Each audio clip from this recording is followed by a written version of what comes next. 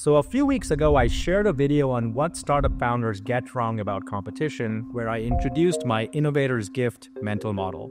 In that video, I made 3 assertions: that every successful product, no matter how disruptive or innovative, always has competition when it enters the market. 2, that innovation is fundamentally about causing a switch from the competition to your product. And 3, that the best way to cause the switch is by positioning differently against this competition. At the end of that video, I issued a challenge. I asked viewers to challenge these assertions, especially the first one, by trying to find a product at any time in history that was so disruptive or innovative that it had no competition. Here are the top responses I got. In this video, I'm going to show you how to apply the innovator's gifts to these products and share some additional techniques for uncovering your true competition. So let's dive in. But first, if you're new to this channel, my name is Ash Maurya. I'm an entrepreneur and author and the creator of the one-page business modeling tool, Lean Canvas.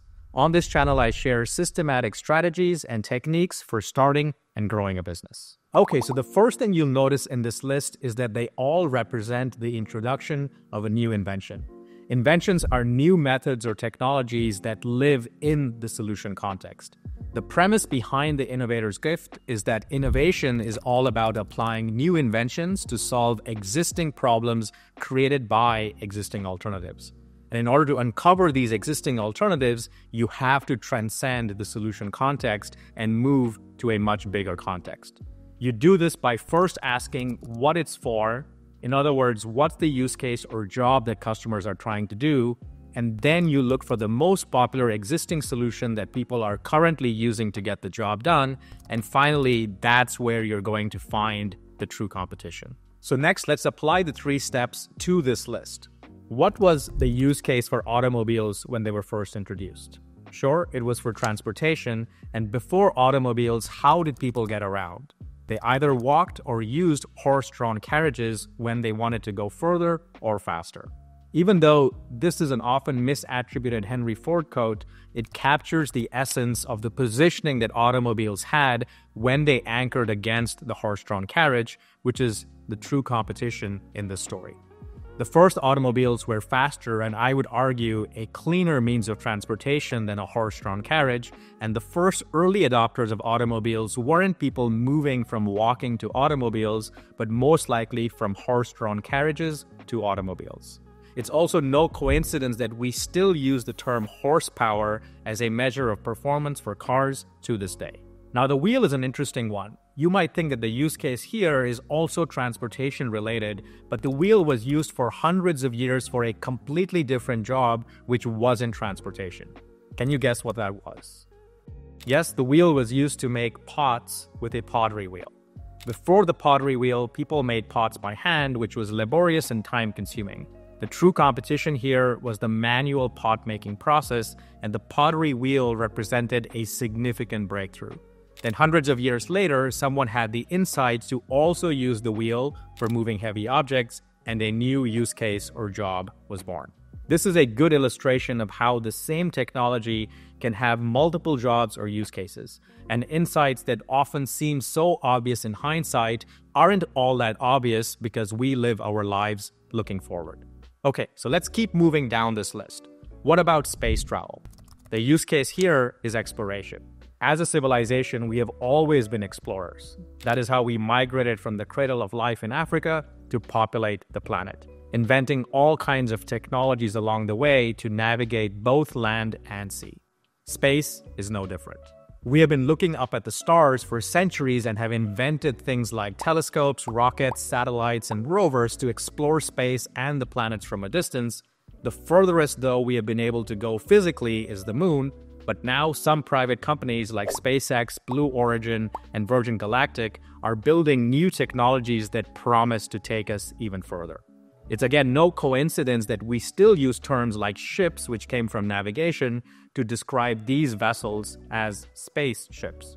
The next one here is vaccines. And the use case here is fighting or preventing a disease or infection. Before vaccines, when people got sick, we would socially distance them and let their immune system try to fight off the infection. This, by the way, was the same solution we fell back on before the COVID vaccine was invented during the pandemic. And prior to the invention of vaccines, people have devised all kinds of remedies over the centuries, ranging from herbal medicines to bloodletting. Some of these remedies actually did more harm than good and were subsequently replaced with better solutions. Okay, so the last one here on the list is fire. And I'm going to slow down on this one and use it to illustrate how we might actually brainstorm and design a business model from scratch. Let's pretend to go back in time and assume that we have just invented a way to control fire and now want to build a startup around this idea. What lean canvas should we carve up on our cave wall? First, you have to recognize that fire too is a technology and not enough by itself to answer this question. We need more context, starting with the use case. So let's start with what could people use fire to do? Well, for one, fire can be used as a heating source to keep us warm. So instead of being cramped up in our cave with layers of fur coats trying to stay warm, we could be sitting around a campfire with other tribe members exchanging stories. That's one lean canvas around the core job of staying warm.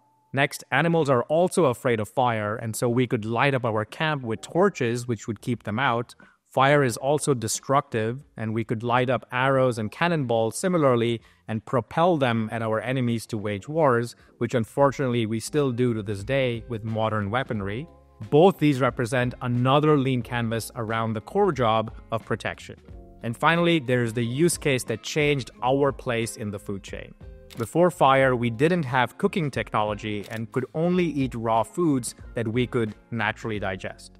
We were gatherers and became hunters once we learned how to cook grains and meat, which opened up many more food sources. This is yet another lean canvas around the core job of nutrition. Notice that each of these business models reveals very different existing alternatives depending on the context or use case. Once you identify the use case and the existing alternative or true competition, crafting a promise of a better or unique value proposition becomes a whole lot easier. A compelling, unique value proposition anchors against the shortcomings of a familiar existing alternative and demonstrates a different and better way of getting the same job done. For our fire startup, the final step here would be pitting these business models against each other and starting with the most promising, unique value proposition that would cause a switch. If, for instance, we lived in a warm climate, the keep yourself warm value proposition would probably land flat. If we weren't being threatened by predators or waging wars at others, the protection value proposition would also land flat. I'd argue that everyone at that time was probably searching for more food, so maybe opening up more food sources would be the winner here. I say maybe because whenever we introduce a new way of doing something, it will be met with some resistance. And as compelling as the story might sound to us, it still needs to be tested with customers and the market. Another common thread you'll see here in all these examples is that the true competition looks nothing like the new solution. It doesn't even belong in the same category. This is often why startup founders think or believe they have no competition. They think that they are operating in a brand new market or category and use terms like direct and indirect competition. Hopefully, I've convinced you that thinking you have no competition is a fallacy. Labeling your competition as direct or indirect or labeling your solution as category defining is also irrelevant because at the end of the day, you still have to cause a switch from whatever your customers are currently using to start using your product. It's tempting to think that a more unique and category defining innovative solution would make this switch easier, but ironically, the opposite is true. Most first movers of innovative solutions have historically failed to convince enough customers to switch before they have run out of resources. Take a look at this list of companies.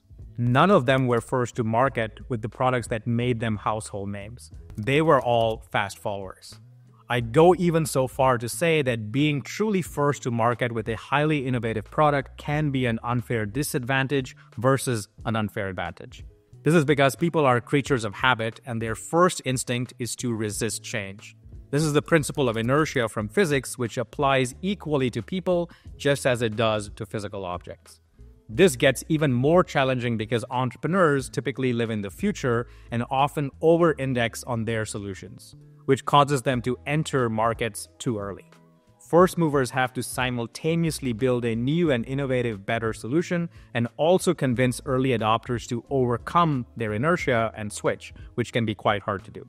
This is why the timing of an idea has been attributed as one of the top contributors to a startup's success.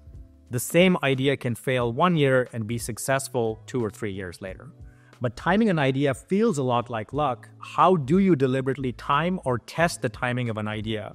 I cover that in this video, which you should check out next. I hope you enjoyed this video. Thanks for watching, and until next time, take care.